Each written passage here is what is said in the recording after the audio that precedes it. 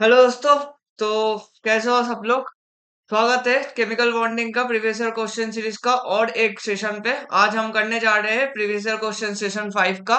तो 2022 JEE Mains previous year question series हम लोग ऑलरेडी खत्म कर चुके हैं। 2025, 24, 23, 22 सारे क्वेश्चंस हो गया है। आज 21 के जेईई मेंस का प्रीवियस ईयर क्वेश्चंस पे जितने क्वेश्चंस आने वाले हैं टोटल वो क्वेश्चन सॉल्व करेंगे। और प्रीवियस ईयर क्वेश्चंस हम लोग का सेशन चल ही रहा है। हम मैंने पहले ही बोल दिया था कि जो लोग अभी 2026 में पार्टिसिपेट करने जा रहे हो जेई मेंस का, जनवरी अटेम्प्ट दो, अप्रैल अटेम्प्ट दो, तो उन लोगों के लिए तो ये वीडियो बहुत ज्यादा इंपॉर्टेंट है। 2027 के बैचेस में जिन लोगों के अभी केमिकल बॉन्डिंग पढ़ना हो चुका है वो तो अभी केमिकल बॉन्डिंग का प्रीवियस ईयर क्वेश्चन कर सकता है। और प्रीवियस ईयर क्वेश्चन करने से पहले एक इंपॉर्टेंट बात कि चैप्टर को एक बार ढंग से पढ़ के आओ तो ज्यादा फायदा होता है, क्योंकि अगर चैप्टर को पढ़ के आओगे तो तुम्हारे पास बहुत इजी हो जाएगा चैप्टर के क्वेश्चंस को सॉल्व करने के लिए। ठीक है। अब सबसे इंपॉर्टेंट क्या हो जाता है कि प्रीवियस ईयर क्वेश्चन सॉल्व करना भी होता है। तो प्रीवियस ईयर क्वेश्चन सॉल्व करने का बेनिफिट ये होता है कि तुम्हें पता चलता है कि मैं अगर चैप्टर पढ़ के प्रीवियस ईयर क्वेश्चन सॉल्व कर रहा हूँ तो उस क्वेश्चन को एज इट इज दे दो कि अगर मेरे 10 में से 7-8 क्वेश्चन सही हो रहा है मतलब मेरे चैप्टर के अंदर ग्रिप आ चुका है। और अगर चैप्टर नहीं बन चुका है, कोई कोचिंग एकेडमी में सीधी बात है कोई 10 क्वेश्चन उठा के देखो आप उस क्वेश्चंस का लेवल कैसा है, ऊपर है जेईई मेन से या नीचे। उससे बेटर है कि प्रीवियस ईयर क्वेश्चंस करके ही देख लो ना कि सीधी बात है कि हो रहा है कि नहीं हो रहा है। अगर हो रहा है तो बहुत सही, नहीं हो रहा है तो बहुत बुरा। तो यही होता है प्रीवियस ईयर क्वेश्चंस करने का फायदा। और मैं इधर हर एक प्रीवियस ईयर क्वेश्चन सॉल्व तो करूंगा ही, और द बेनिफिट हियर इज कि मैं उसके पीछे जो कॉन्सेप्ट छुपा है वो कॉन्सेप्ट भी बता के रहूंगा, तो तुम जिस तरह से सोच रहे हो वो तुम्हारा सही तरीका है कि नहीं वो पता चल जाता है। वही दैट्स द फैक्ट। तो बिना वक्त गवाए बकवास बहुत कर लिया। मैं हूँ नीलव मलिक फ्रॉम आईआईटी दिल्ली। तो आज का वीडियो स्टार्ट करते हैं। ठीक है। तो 2022 तक हम लोगों ने देख लिया है। आज 2021 के स्टार्ट करना है। 2021 के JEE Mains previous year questions में हम लोग आज स्टार्ट करेंगे क्वेश्चन नंबर 99 तक। 99 से क्वेश्चन 98 तक तो हो गया था। अब देखो, पहली बात, जब क्वेश्चन नंबर 99 का बात की है, क्वेश्चन नंबर एक सेकंड, हाँ। हम्म। तो क्वेश्चन नंबर 99 में क्या बोला है कि find the list matching the following बोला है कि नियॉन के साथ nitrogen, fluorine, oxygen bond order निकालने बोला है। वही हर एक प्रीवियस ईयर क्वेश्चंस में बॉन्ड ऑर्डर निकालने के लिए मैंने क्या बोला था, एक तुम्हारे पास ग्राफ होता है। जिन लोगों ने पहले वीडियोस देख चुका है उनके पता है मैंने एक ग्राफ बना तो हमेशा तीन पिरामिड वाला एक ग्राफ है।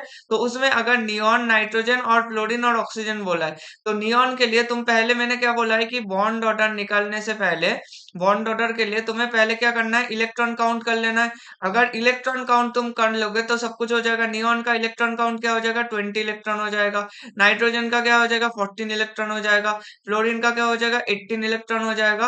और तुम्हारा ऑक्सीजन के पास 16 इलेक्ट्रॉन हो जाएगा। और मैंने बोला था इलेक्ट्रॉन काउंट में अगर किसी मॉलिक्यूल का 14 इलेक्ट्रॉन सिस्टम आ रहा है तो 14 इलेक्ट्रॉन सिस्टम में बॉन्ड ऑर्डर क्या रहता है, बॉन्ड ऑर्डर 3 रहता है, जो कि तुम्हारे पास हाईएस्ट रहता है।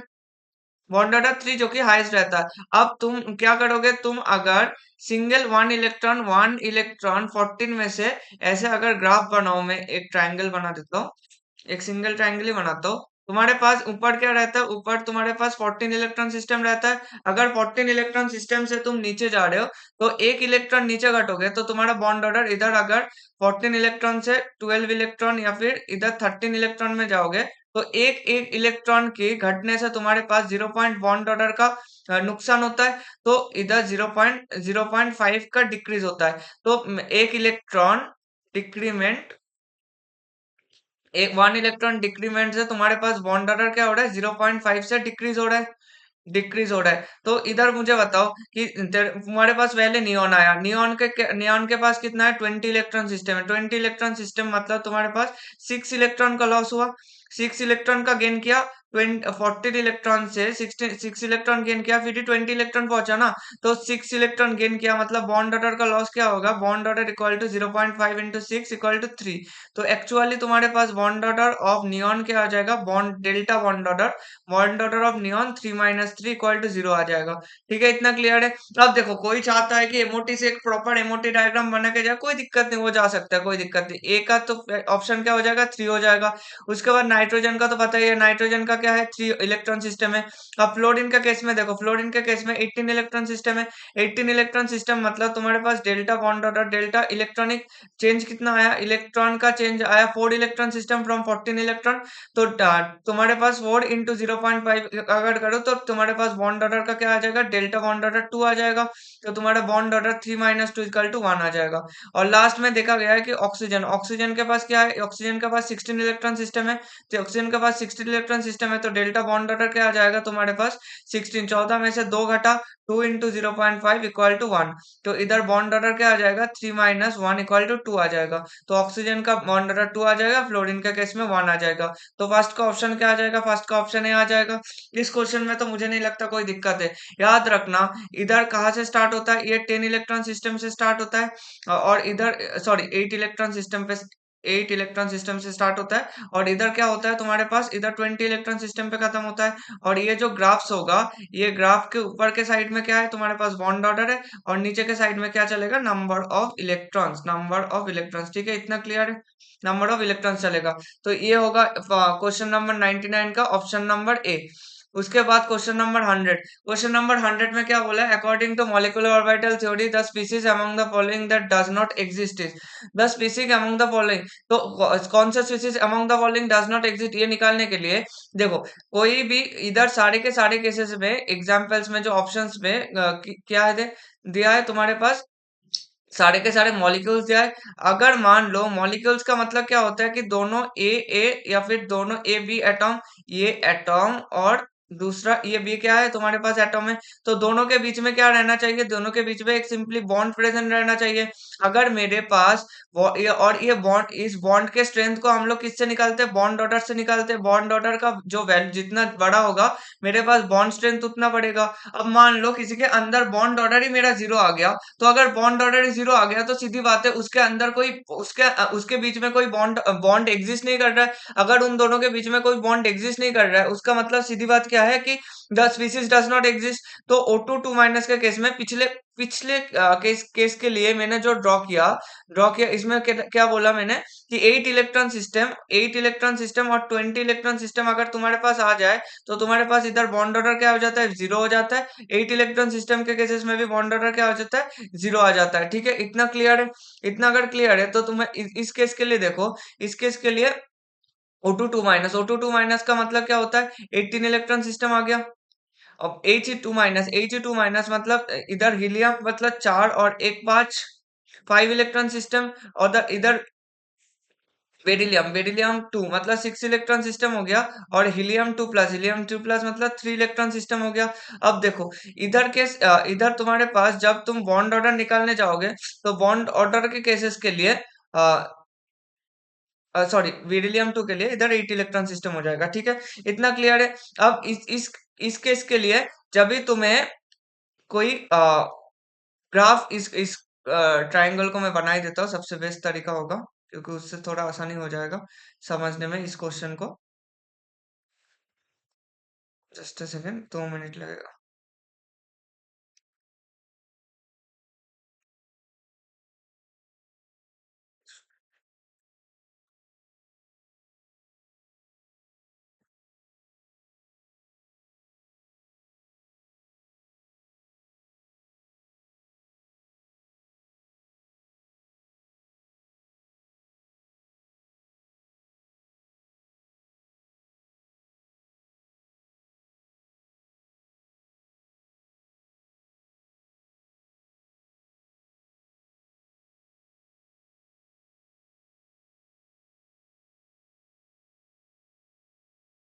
हाँ, तो मैंने क्या बोला कि इधर तुम्हारे पास क्या रहेगा, इधर तुम्हारे पास बॉन्ड ऑर्डर रहेगा और इधर तुम्हारे पास नंबर ऑफ इलेक्ट्रॉन्स रहेगा, नंबर ऑफ इलेक्ट्रॉन्स रहेगा। अब सीधी बात देखो, तुम जब इस क्वेश्चन को करने जाओगे तो बॉन्ड ऑर्डर मैंने क्या बोला, बॉन्ड ऑर्डर इधर तुम्हारे पास 1 रहेगा, इधर तुम्हारे पास बॉन्ड ऑर्डर 1 रहेगा और इधर आते आते तुम्हारे पास बॉन्ड ऑर्डर 3 आ जाएगा जो कि 14 इलेक्ट्रॉन सिस्टम के लिए वैलिड होता है। और इधर जो लास्ट में रहेगा इसके लिए बॉन्ड ऑर्डर क्या रहेगा, 0 में रहेगा। बॉन्ड ऑर्डर तुम्हारे पास क्या किस एक्सिस में प्रेजेंट है, वाई एक्सिस में प्रेजेंट है।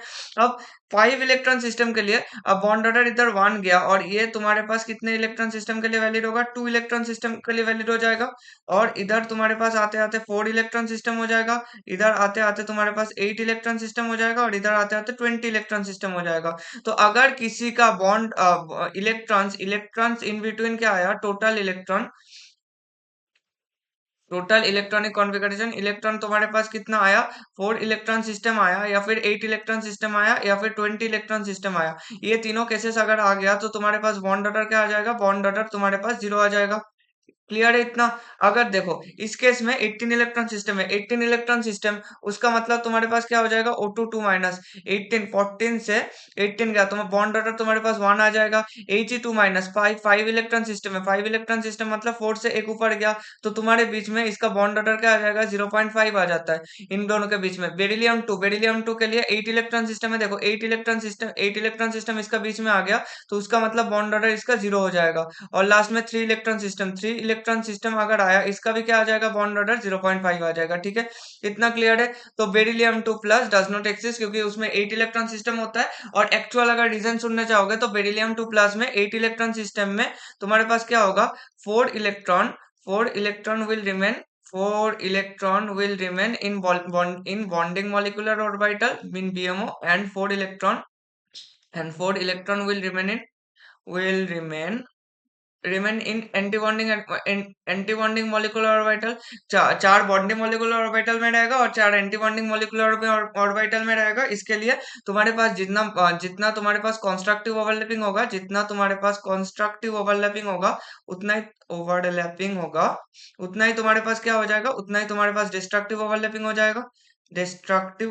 हो जाएगा। और दोनों मिलकर क्या बना देगा, दोनों मिलकर अल्टीमेटली कुछ फायदा नहीं होगा, बॉन्ड ऑर्डर टूट जाएगा। ठीक है, बॉन्ड ऑर्डर 0 ही रह जाएगा। तो ये क्वेश्चन में मुझे नहीं लगता कोई दिक्कत है। उसके बाद चलते हैं नेक्स्ट क्वेश्चन में।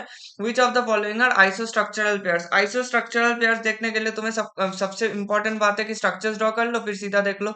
SiO4 2 माइनस और CrO4 2 माइनस में कैसे देखना है, सल्फर के केसेस में सल्फर SO4 2 माइनस के केस के लिए इधर तुम्हारे पास सल्फर है, ऑक्सीजन है, नीचे इधर है और ये सल्फर का और एक ऑक्सीजन है। जो 2 माइनस चार्ज जाएगा, अगर कंपाउंड में ऑक्सीजन प्रेजेंट है तो हमेशा नेगेटिव चार्ज ऑक्सीजन के ऊपर दो, अगर पॉजिटिव चार्ज प्रेजेंट है तो पॉजिटिव चार्ज सल्फर के ऊपर दो। तो SO4 2 माइनस क्या हो जाएगा, टेट्राहेड्रल शेप का हो जाएगा, SO4 2 माइनस टेट्राहेड्रल शेप का हो जाएगा, TD।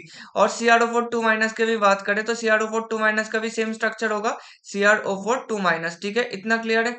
CrO4 2 माइनस, अब CrO4 2 माइनस के लिए भी इसका क्या हो जाएगा, इसका भी टेट्राहेड्रल हो जाएगा, टेट्राहेड्रल TD। ठीक है, इतना क्लियर है। अब इसके बाद देखो ये इन दोनों का तो हो गया। अब ये दोनों तुम्हारे पास क्या है, आइसोस्ट्रक्चरल है। अब इसके बाद SiCl4 की बात करें तो सिलिकॉन के साथ 4 क्लोरीन आ रहा है तो ये भी तुम्हारे पास क्या शो करेगा, टेट्राहेड्रल शो करेगा, ये टेट्राहेड्रल शो कर रहा है। और इसके बाद TiCl4 का भी सेम स्ट्रक्चर होगा, TiCl4 तुम्हारे पास इधर सेम स्ट्रक्चर हो जाएगा। और सेम स्ट्रक्चर होने के लिए, और ये सेम स्ट्रक्चर क्यों हुआ, क्योंकि इसमें तुम्हारे पास टाइटेनियम का ऑक्सीडेशन स्टेट, देखो ऑक्सीडेशन स्टेट 4 प्लस है ना, अगर टाइटेनियम 4 प्लस में करने जाओगे तो तुम्हारे पास D0 इलेक्ट्रॉन आ जाएगा। क्योंकि टाइटेनियम स्कैंडिनम टाइटेनियम मतलब तुम्हारे पास 3D2 4s2 होता है, 3D2 4s2 टाइटेनियम का होता है। टाइटेनियम 4 प्लस में क्या हो जाएगा, टाइटेनियम 4 प्लस में तुम्हारे पास 3D0 हो जाएगा, टाइटेनियम 4 प्लस में 3D0 हो जाएगा। तो सीधी बात है इसके लिए भी D0 इलेक्ट्रॉन मतलब तुम्हारे पास टेट्राहेड्रल स्ट्रक्चर आ जाएगा, क्योंकि इसमें क्रिस्टल फिल्ड स्टेबिलाईजेशन एनर्जी का कोई फायदा नहीं होगा। तो SiCl4 एंड TiCl4 क्या हो जाएगा, आइसोस्ट्रक्चरल पेयर हो जाएगा। मैंने ये सब क्यों बोला कि ये क्रिस्टल फिल्ड स्टेबिलाईजेशन एनर्जी नहीं होगा इस केस के लिए, क्योंकि D0 इलेक्ट्रॉन है। अगर तुम्हारे पास मान लो D7 D6 ऐसे इलेक्ट्रॉन होता तो ये टेट्राहेड्रल ना जाके किसमें शिफ्ट हो जाता है, इस केस के लिए तो नहीं होगा, मगर दूसरे केसेस के लिए स्क्वायर प्लेनर में भी शिफ्ट हो सकता है, तो तब ये स्ट्रक्चर बदलता। अब देखो NH3 और NO3 के केसेस में, NH3 का स्ट्रक्चर क्या है, NH3 के केसेस के लिए नाइट्रोजन और हाइड्रोजन में ये तुम्हारे पास अगर शेप के बारे में बात करूं तो शेप अमोनिया का शेप क्या आता है, अमोनिया का पिरामिडल शेप आ जाता है, क्योंकि एक लोन पेयर होगा तो ये तुम्हारे पास इजी हो जाएगा। और NO3 माइनस का अगर बात करो तो NO3 माइनस में नाइट्रोजन, एक ऑक्सीजन के ऊपर डबल बॉन्ड ऑक्सीजन, और तुम्हारे पास एक डबल बॉन्डेड ऑक्सीजन हो जाएगा, तीसरा डबल बॉन्डेड ऑक्सीजन हो जाएगा, यही तुम्हारे पास स्ट्रक्चर हो जाएगा। ये तुम्हारे पास क्या आ जाएगा, ये तुम्हारे पास आ जाता है कोऑर्डिनेट बॉन्ड। और इसको ढंग से लिखते हैं तो ढंग से लिखने पे ये कोऑर्डिनेट बॉन्ड अगर पोलर कोवेलेंट बॉन्ड में बनाओ तो नाइट्रोजन के ऊपर एक पॉजिटिव चार्ज दे दो, इधर नेगेटिव, और इधर ऑक्सीजन के ऊपर नेगेटिव। अगर कोई किसी को लग रहा है कि एक एक नेगेटिव चार्ज है, मगर भैया आपने तो दो नेगेटिव चार्ज लगा दिया, तो एक पॉजिटिव चार्ज भी होगा ना, दूर से देखना कि दो नेगेटिव चार्ज एक पॉजिटिव चार्ज मिलकर सीधी बात है एक नेगेटिव चार्ज बना देगा। तो NO3 माइनस क्या हो जाएगा, NO3 माइनस का शेप हो जाएगा ट्राइगोनल प्लेनार। NO3 माइनस का शेप हो जाता है ट्राइगोनल प्लेनार, मगर इसका तो पिरामिडल ही रहता है ना, तो दोनों तो नहीं होगा, तो सी ऑप्शन गलत है। और BCl3 का शेप क्या हो जाएगा, अगर BCl3 के बारे में बात करें तो ये तुम्हारे पास BCl3 हो जाएगा। 120 डिग्री एंगल रहता है, अच्छा खासा प्लेनर रहता है, तो इसका भी ट्राइगोनल प्लेनर हो जाएगा, ट्राइगोनल प्लेनर आ जाएगा। मगर BrCl3 के बारे में बात करें तो ब्रोमीन के पास 7 इलेक्ट्रॉन होता है, तीन क्लोरीन को, एक क्लोरीन को एक्सियल, दूसरा क्लोरीन को एक्सियल। उसके बाद सॉरी, इसको इक्वेटोरियल देना है। ये क्लोरीन का बॉन्ड कितना अजीब तरीके से हुआ था। ठीक है, ये इक्वेटोरियल वाला हो गया। और तुम्हारे पास एक एक लोन पेयर इधर, दूसरा लोन पेयर इधर, तो BrCl3 का क्या हो जाएगा, बेंड टी शेप हो जाएगा। इसका क्या हो जाएगा, बेंड टी शेप हो जाएगा। ठीक है, इतना क्लियर है। तो ये भी नहीं हुआ, तो ऑप्शन बी, जिसमें A and B only correct है, वो वाला ऑप्शन तुम्हारे पास करेक्ट हो जाएगा। इतना क्लियर है। इसके बाद नेक्स्ट चलते हैं एक क्वेश्चन नंबर 102 में। Question number 102 में which given below are the two statements, one is labeled as assertion A and the other is labeled as reason R। अब बोला है कि dipole dipole interactions are the only non covalent interactions resulting in hydrogen bond formation. जो तुम्हारे पास dipole dipole interaction होता है, ये तुम्हारे पास क्या होता है, प्योरली कोवेलेंट कंपाउंड्स के लिए, प्योरली कोवेलेंट कंपाउंड्स के लिए ऑब्वियसली वैलिड होता है, प्योरली कोवेलेंट कंपाउंड्स के लिए वैलिड होता है only. It is valid only for purely covalent interaction ना, प्योरली कोवेलेंट कंपाउंड इंटरेक्शंस। क्योंकि तुम्हारे पास मान लो कोई एक कंपाउंड है, ए और बी के बीच में अगर इधर डेल्टा प्लस और इधर डेल्टा माइनस होगा, ये तुम्हारे पास एक सिंपल डाइपोल का जनरेशन हुआ। और दूसरा डाइपोल ए और बी हो जाएगा ना, और ये डेल्टा प्लस डेल्टा माइनस हो जाएगा। और तब जाके इन दोनों के बीच में अट्रैक्शन फोर्स होगा, तब जाके इन दोनों के बीच में अट्रैक्शन फोर्स होता है ना। अगर कोई, ये तुम्हारे पास बॉन्ड कैसा है, सॉरी, इनका बीच में खींच दूं, लकीर खींच दूं, हाँ। तो इनके बीच में जो तुम्हारे पास बॉन्ड है, ये तुम्हारे पास कोवेलेंट बॉन्ड शो कर रहा है। अगर ये मैं बीच में आयनिक बॉन्ड शो करता, आयनिक बॉन्ड मतलब तुम्हारे पास क्या हो जाएगा, ए प्लस और बी माइनस में टूट जाता ना। तो कंपाउंड अगर ए प्लस बी माइनस में टूट जाता, और मैं कोई आयनिक, ये तुम्हारे पास पोलर बन जाता, और पोलर मतलब एक आयन्स बन जाता, और जनरेशन ऑफ आयन्स बनेगा, तो ए प्लस बी माइनस के बीच में जो अट्रैक्शन फोर्स होगा, ये तुम्हारे पास नॉन डायरेक्शनल अट्रैक्शन फोर्स, ये दूसरे कंपाउंड्स के लिए वैलिड हो जाता है ना। Not one dipole dipole interaction, dipole dipole interaction मेरे पास बहुत वैलिड होता है। अगर तुम हाइड्रोजन बॉन्डिंग का भी सोच लो, वो भी हो जाएगा, that is also special type of interaction. तो ये स्टेटमेंट तुम्हारे पास असर्शन तो गलत है, डाइपोल डाइपोल इंटरेक्शन और ओनली नॉन कोवेलेंट इंटरेक्शन, ये तो तुम्हारे पास फॉल्स हो गया। ये तुम्हारे पास फॉल्स हो गया एफ। और लास्ट में fluorine is the most electronegative element and hydrogen bonds in H F R symmetrical. अब देखो, तुम्हारे पास जो हाइड्रोजन बॉन्ड होता है एच एफ का, वो तो सिमेट्रिकल होता है। पहला स्टेटमेंट, ये स्टेटमेंट तुम्हारे पास ट्रू है, मैं एक्सप्लेन करता हूँ कि देखो, फ्लोरीन तो भाई सबसे ज्यादा लॉयल आदमी है, हमेशा इलेक्ट्रॉन खींचता ही रहता है। तो फ्लोरीन जो कि है तुम्हारे पास, हमेशा फ्लोरीन मोस्ट इलेक्ट्रोनेगेटिव होता है, और उसका इलेक्ट्रोनेगेटिव वैल्यू तुम लोग 3.98 फॉलिंग स्केल में, या फिर 4.0 लिख सकते हो, कुछ भी लिख दो, कुछ फर्क नहीं पड़ता। तो उस, अब देखो, इंपॉर्टेंट कहानी क्या है कि fluorine and the hydrogen bonds in H F R symmetrical. अगर हाइड्रोजन बॉन्ड का बात करूं तो एच एफ के केसेस के लिए कैसे रहता है, हाइड्रोजन इधर फ्लोरीन रहा, उसके बाद ये फिर हाइड्रोजन आएगा, फिर इधर क्या होगा, इधर फ्लोरीन आएगा, फिर इस केस के लिए इधर हाइड्रोजन होगा, फिर इधर फ्लोरीन आएगा, फिर इधर तुम्हारे पास हाइड्रोजन फिर बॉन्ड करेगा, इधर फ्लोरीन आएगा, फिर इधर हाइड्रोजन बॉन्ड करेगा, ऐसे ऐसे चलता रहेगा, फिर इधर फ्लोरीन आएगा। अब तुम इस कंपाउंड के लिए इधर थोड़ा सा ये जो कंपाउंड्स है, इसके लिए ऐसे देखते जाओ। हाँ, मैं इसको दिखाता हूँ। सेकंड, मुझे एक शेप सिलेक्ट करने दो। अरे,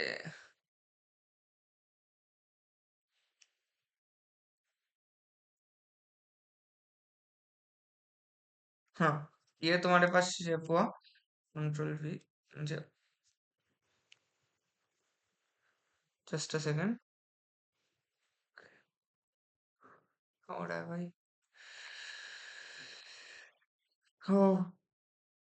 हाँ, देखो ये तुम देखते जाओ तो तुम्हें क्या दिख रहा है कि ये तुम्हारे पास एक सर्कल दिख रहा है, इधर तुम्हारे पास सर्कल दिख रहा है, ये सिमिलर टाइप का दिख रहा है ना। और ये चलता रह रहा है, और बीच में तुम्हारे पास क्या हो रहा है, बीच में तुम्हारे पास हाइड्रोजन कनेक्टेड हो रहा है, हाइड्रोजन कनेक्टेड हो रहा है। तो एच का जो स्ट्रक्चर होता है ये बहुत ज्यादा सिमेट्रिकल होता है। और याद रखना ये तुम्हारे पास एच का हाइड्रोजन बॉन्डिंग का, जब हाइड्रोजन बॉन्डिंग होता है ये एच का स्ट्रक्चर बनता है। कुछ भी उल्टा सीधा मत बना के आना, जो इधर जैसे दिख रहा है वैसे ही अगर आए तो वो टिक करना, कुछ भी उल्टा सीधा मत लिख के आना प्लीज। तो question number A is the correct option, कि इधर बीच में हाइड्रोजन छोड़ के, ये तो भैया एक एक शिफ्ट कर दूं मैं, हाइड्रोजन की जगह फ्लोरीन लगा दूं, फ्लोरीन की जगह हाइड्रोजन लगा दूं, ये तो कंपाउंड एक, भाई कंपाउंड तेरे तरह से नहीं होगा, कंपाउंड को जैसे करना है वैसे ही करेगा। तुझे ऐसे सिमिलरली पढ़ना है उसको, खुद से अगर तू कॉन्सेप्ट लगाया कंपाउंड तेरे वजह से चेंज नहीं कर लेगा। ठीक है, तो क्वेश्चन नंबर 102 हो गया। उसके बाद क्वेश्चन नंबर 103 में चलते हैं। The correct shape and iodine iodine iodine bond angles respectively in आई3 माइनस आयोन आर। देखो फरवरी 24 2021 का शिफ्टू का क्वेश्चन है। आई थ्री माइनस का सिंपली स्ट्रक्चर क्या होता है, इतना देर से पागल हो गया है लोग कि आई थ्री माइनस का क्या होता है, लिनियर होता है। याद रखना आई थ्री माइनस का लिनियर होता है, आई थ्री प्लस का नहीं। आई थ्री माइनस का अगर देख ले तो आयोडीन इधर आया, दूसरा आयोडीन इधर आया, तीसरा आयोडीन इधर आया। क्यों ऐसे होगा, आयोडीन के पास 7 इलेक्ट्रॉन होता है, एक इलेक्ट्रॉन तो भाई और लिया तो 8 इलेक्ट्रॉन हो गया। दोनों इलेक्ट्रॉन भाई दान कर दिया, एक एक आयोडीन आके, दोनों इलेक्ट्रॉन 6 इलेक्ट्रॉन बच रहा है। एक इलेक्ट्रॉन इधर घुसाएगा, दूसरा लोन पेयर घुसाएगा, तीसरा लोन पेयर इधर घुसाएगा। और लोन पेयर को बोलेगा कि भाई मुझे लोन पेयर है तो मुझे क्या चाहिए, इक्वेटोरियल चाहिए, ये इसको भी इक्वेटोरियल चाहिए, इसको भी इक्वेटोरियल चाहिए। क्योंकि मुझे इन दोनों के बीच में बहुत ज्यादा अच्छा खासा रिपल्शन होता है, और रिपल्शन का कारण इक्वेटोरियल पोजीशन ले लेगा। और बीच में क्या रहता है, 120 degree 120 degree 120 degree bond angle रहता है हर एक के केसेस में। और दूसरा जो आयोडीन है, ये आयोडीन को किस में भेज देता है, एक्सियल पोजीशन में भेज देता है, इसको भी एक्सियल में भेजता है, इसको भी क्या भेजता है, इसको भी एक्सियल पोजीशन में भेज देता है। अब देखो क्वेश्चन पूछा है कि इसका शेप क्या होगा, इसका शेप तुम्हारे पास लीनियर होगा, इसमें क्या ही पूछना ही क्या था, इसमें लीनियर हो गया। और 180 डिग्री, इसमें क्या ही फायदा है ये क्वेश्चन देने का। ठीक है, इतना क्लियर है। 103 क्वेश्चन चला गया। अब 104 नंबर क्वेश्चन। हाँ, ये अच्छा क्वेश्चन है, थोड़ा सा लोगों का दिमाग खटेगा। कि a hard substance melts at high temperature and is an insulator in both solid and in molten state, the solid is most likely to be. अब देखो, सीधी बात देख कि जब at high temperature and is insulator both in solid and in molten state बोला है। मतलब मेरे पास इंसुलेटर का मतलब क्या है, दोनों चीज होता है, एक तुम्हारे तेरे पास होता है कंडक्टर, और तुम्हारे पास दूसरा चीज क्या होता है, इंसुलेटर होता है। अब अगर कोई कंडक्टर बोल रहा है उसका मतलब कंडक्टिविटी शो कर रहा है, उसका मतलब क्या है, तुम्हारे पास कंडक्टिविटी शो कर रहा है। अगर कंडक्टिविटी शो हो रहा है मतलब मेरे पास आयंस चल रहा है, आयंस या फिर फ्री इलेक्ट्रॉन्स चल रहा है। आयंस या फिर फ्री इलेक्ट्रॉन चलेगा ना। अगर आयंस चला या फिर फ्री इलेक्ट्रॉन चला तभी कंडक्टिविटी शो कर सकता है, कंडक्टिविटी शो करेगा मतलब इलेक्ट्रिसिटी प्रोड्यूस होगा। अब फ्री इलेक्ट्रॉन्स किस में रहता है, मुझे पता है कि ये मेटल्स में रहता है। और मेरे पास अगर मेटल का कंपाउंड आया, मतलब मेरे पास अगर कोई मेटालिक सॉलिड आया, मेटालिक सॉलिड में क्या रहेगा, फ्री इलेक्ट्रॉन्स रहेगा। इलेक्ट्रॉन सी मॉडल पढ़ा था हम लोगों ने, याद है, मतलब इलेक्ट्रॉन सी मॉडल के केसेस में तुम्हारे पास मेटालिक बॉन्ड एक्सप्लेन होता है। और इस केस के लिए इलेक्ट्रॉन में पढ़ा दूंगा, इसमें केमिकल बॉन्डिंग में पढ़ा दूंगा। इलेक्ट्रॉन सी मॉडल में तुम्हारे पास फ्री इलेक्ट्रॉन्स रहता है, ये फ्री फ्री इलेक्ट्रॉन्स होगा, मैंने फ्री इलेक्ट्रॉन्स लिख दिया। इलेक्ट्रॉन भाई वो ईमानदार होता है, एक ही चार्ज होता है, वो इतना कोचिंग में इतना पैसा नहीं लेता। तो इसका तो नहीं होगा, तो मेटालिक सॉलिड तो कंडक्टिविटी, ये क्या रहेगा, ये इंसुलेटर नहीं रहेगा, ये कंडक्टर बन जाएगा। तो ये तो भाई बस कंडक्टर बन गया, तो ये तो गया।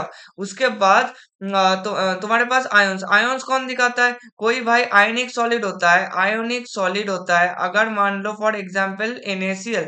अब NaCl क्या करेगा बेचारे को, जब भी सॉलिड स्टेट में तो कुछ नहीं, ठीक है, जब, अरे मेटल लिख दिया, जब तुम इसको मोल्टेन स्टेट में ले जाओगे, इसको क्या करोगे, मोल्टेन स्टेट में ले जाओगे, तो क्या होगा, ये थोड़ा सा जो इसका सॉलिड स्ट्रक्चर था, इतना खूबसूरत स्ट्रक्चर को वो तोड़ेगा, वो तोड़ के थोड़ा सा पिघल जाएगा। वो भाई किसी के सामने पिघल जाता है, एक ना एक टाइम तो आदमी पिघल ही जाता है। तो ये क्या होता है, थोड़ा सा पिघलने के बाद ये थोड़ा सा इसका आयंस Na+ और Cl- में टूटने लगेगा, और वो भी एक्वा स्टेट में आने लग जाएगा। एक्वा स्टेट में आने लग गया तो इसके पास क्या आ जाएगा, एक अच्छा सा क्षमता आ जाता है, जिसको हम लोग नाम देते हैं मोबिलिटी। और जब जब ये कंपाउंड्स में आयंस के अंदर मोबिलिटी आ जाएगा, वो भाई अपने आप को भगवान समझता है और घूमने लग जाता है। और घूमने लग गया भाई, उसका उसका चलने का क्षमता आ गया, वो भाई हैंडीकैप था, अच्छा था वो, बहुत अच्छे से तगड़े तरीके से ये बॉन्डेड था, इसके साथ हैंडीकैप था भाई, ये जब चलने का क्षमता आ गया इनके अंदर, ये क्या करेगा, ये भी कंडक्टर की तरह शो करने लग जाएगा। तो आयनिक आयनिक सॉलिड, ये भी क्या हो जाएगा मोल्टेन स्टेट में, ये मोल्टेन स्टेट में तेरे पास क्या हो जाएगा, ये कंडक्टर के तरह शो करेगा, ये कंडक्टर हो जाएगा, ठीक है। और ये कंडक्टर कब होगा, ये तुम्हारे पास सॉलिड स्टेट में, इसका मोल्टेन स्टेट में आने की नेसेसिटी नहीं है, कंडक्टर में। कॉपर देखा है ना, कॉपर वगैरह तार वार जाता है, मुझे जितना पता है कॉपर वायर जाता है तार के अंदर से, उतना फिजिक्स तो पता नहीं है। तो आयनिक सॉलिड तो क्या, अब दोनों बचता है, एक होता है मॉलिक्यूलर सॉलिड, दूसरा होता है कोवेलेंट सॉलिड। अब इसके लिए मॉलिक्यूलर, अब ये इंसुलेटर से तो ये दोनों ऑप्शन कट हो गया। अबे hard substance melter high temperature, high temperature में कुछ भी मेल्ट हो रहा है, तो कोई भी मॉलिक्यूलर सॉलिड के लिए याद रखना, कोई भी मॉलिक्यूलर सॉलिड जो भी है, ये क्या होता है, इन लोगों के लिए जो मेल्टिंग पॉइंट होता है, इनका melting point is very very less, इसका मेल्टिंग पॉइंट इज लेस, ये मॉलिक्यूलर सॉलिड का बहुत ज्यादा कम होता है rather देन कोवेलेंट सॉलिड, क्योंकि इनके बीच में जो अट्रैक्शन फोर्स रहता है, ये बहुत वीक फोर्स रहता है, अट्रैक्शन फोर्स, ये अट्रैक्शन फोर्स क्या रहता है, ये वीक फोर्सेस रहता है, इसका वीक फोर्सेस रहता है। अगर वीक फोर्सेस रहता है, थोड़ा सा टेम्परेचर देने के बाद ही, थोड़ा सा टेम्परेचर अगर दोगे, टेम्परेचर दोगे तो ये क्या हो जाएगा, पिघल जाएगा। भाई सीधी बात, तो मॉलिक्यूलर सॉलिड तो नहीं होगा, क्योंकि इसका मेल्टिंग पॉइंट लेस रहता है। तो करेक्ट ऑप्शन तुम्हारे पास क्या हो जाएगा, एक ही बचता है, कोवेलेंट सॉलिड, ये सारे प्रॉपर्टीज को एक्सप्लेन कर देता है। इसके बाद चलते हैं नेक्स्ट क्वेश्चन में। नेक्स्ट क्वेश्चन क्या बोला है, the number of species below that have two lone pair of electrons in the central atom. सीधी बात है, इस क्वेश्चन को करने के लिए तुम्हारे पास एक ही काम है भाई, उसका लो, इसका पिक्चर बना लो, इसका एक जबरदस्त एचडी क्वालिटी का पिक्चर बना दो। जैसे कि सल्फर का एचडी क्वालिटी का पिक्चर बनाओगे, तो तुम्हारे पास चार फ्लोरीन रहेगा, दोनों को वो एक्सियल में भेज देगा, दोनों को इक्वेटोरियल में भेज देगा, और तुम्हारे पास एक लोन पेयर रहेगा। अब पूछा गया क्वेश्चन में, जिसके पास सेंट्रल एटम में, मुझे जितना पता है ऐसे पोर्ट में सल्फर सबसे, सल्फर सेंट्रल एटम होता है, और उसमें एक ही इलेक्ट्रॉन, एक ही लोन पेयर दिख रहा है। BF4 माइनस के, BF4 माइनस में क्या हुआ, BF4 माइनस का टेट्राहेड्रल स्ट्रक्चर हो जाएगा। तो इधर तुम्हारे पास बोरॉन, बोरॉन के पास 3 इलेक्ट्रॉन था, एक नेगेटिव चार्ज उसने गेन किया भाई, 4 इलेक्ट्रॉन कर लिया, चार फ्लोरीन के साथ, मतलब वो खेला रचाएगा, और इसका बन जाएगा टेट्राहेड्रल स्ट्रक्चर। लोन पेयर तो भाई इसका होगा नहीं। अब ClF3 के केसेस में क्लोरीन के पास क्या रहता है, क्लोरीन के पास 3 इलेक्ट्रॉन्स रहता है, 3 इलेक्ट्रॉन्स में से फ्लोरीन भाई बोलता है मैं बहुत ज्यादा इलेक्ट्रोनेगेटिव हूँ, मुझे भाई परसेंटेज स्पेस चाहिए नहीं, तो एक को तो जबरदस्ती उसको इक्वेटोरियल में रहना पड़ता है, बाकी दोनों क्या रहता है, बाकी दोनों एक्सियल में चला जाता है, और 7 इलेक्ट्रॉन फुलफिल करने के लिए उसको दो लोन पेयर उसको इक्वेटोरियल पोजिशन में रहना देता है। तो ClF3 तो मेरे पास आया, जिसके पास सेंट्रल एटम में दो लोन पेयर से।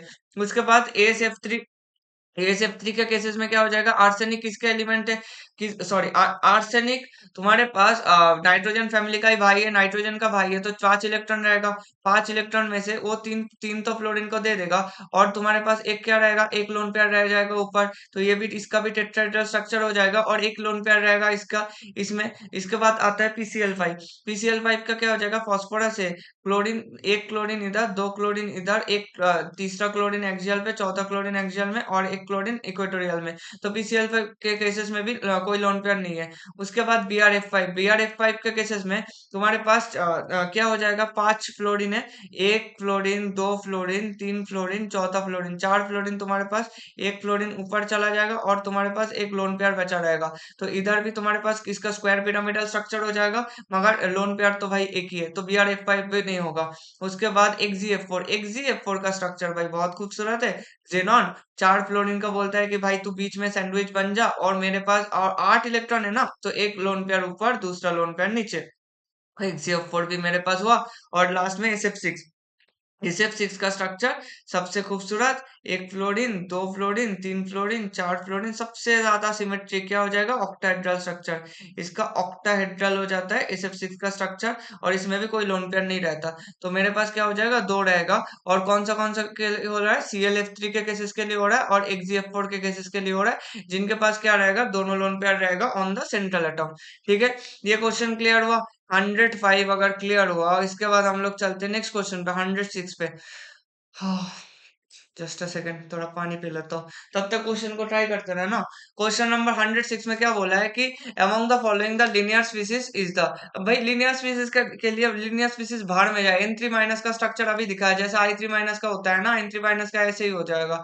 एजाइड फॉर ये इसको बोलते हैं एजाइड। ये बहुत ज्यादा एजाइड बहुत ज्यादा काम का आता है। अगर तुम्हें जिंदगी में कुछ बड़ा करना है, कुछ मतलब बहुत ही बड़ा करना है, मतलब कुछ एक्सप्लोजन एक्सप्लोजन करना है, तो मतलब एजाइड का थोड़ा नेसेसिटी पड़ जाना, थोड़ा भाईचारा बना लेना।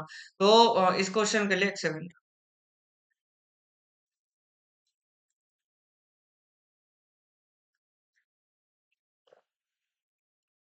पानी पीना बहुत एसेंशियल होता है।